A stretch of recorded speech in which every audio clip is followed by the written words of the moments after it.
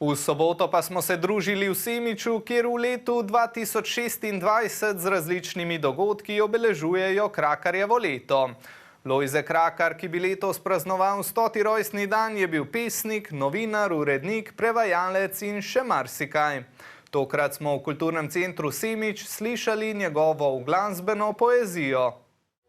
Vodstvo Kulturnega centra, koordinator projekta Krakarjevo leto, je prišlo do zanimive ideje za koncert. Krakar ni bil vendar samo taboriščni pesnik, ampak tudi kritičen pesnik, tudi humoren pesnik, tudi zabaven pesnik, tudi osebno občuten pesnik in to vse zelo sede na ta žanr kabareja.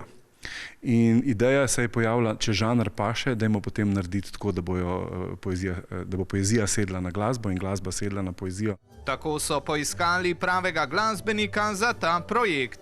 Smo naročili celovečerni koncert Matiji Krečiču, ki je po družini tudi iz Semiča, zraven pa seveda izvrsten komponist in izjemen violinist in se zelo veselim nocojšnjega koncerta, pa ne samo za Semič, ker smo se že zmenili za naprej po Sloveniji, bo ta Krakarjeva dediščina potovala kar po celi Sloveniji. Prizadeval sem si za to, da bi uporabil čim bolj različne pesmi Krakarjeve, se pravi, da bi čim več občuti nekako predstavil, od tistih težkih pa do v bistvu intimnih, ljubezenskih, njegove ljubezni do domovine in do rojstnega kraja. Kabaret koncert poezije Lojzeta Krakarja je bil za odličnega violinista poseben izziv. Zahtevno je bilo mogoče ta prvi del, se pravi izbor.